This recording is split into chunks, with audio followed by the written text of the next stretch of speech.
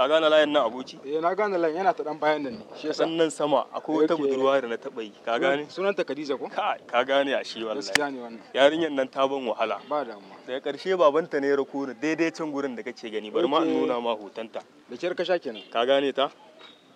Na gane wannan. Ka gane ta? Mutum na last time kamar da kai muka taɓa biyo ta yarinya na unguwan ku. A bayan layin nan ba. To sai an jima kawai abokina, bari mu je kawai. Ka bani. Jiya. Waye dace waye sabo wani ba zai kuka ba. Baby. So ai kin fito kenan? Na fito. So kin san inda nake jin ki a zuciya na kuwa? Ni ma haka nake jin ka a zuciya na. Kin tabbata? Insha Allah. So na gode. So last week dama na gaya miki za mu dan fita ko? Ka gaya mu. Okay, to yanzu kin shirya ne ko kuma a'a? Na shirya. Kin tabbata? So za mu iya tafiya? Hubbi ka dan taimake shi. Kurma ne kenan. Kurma ne.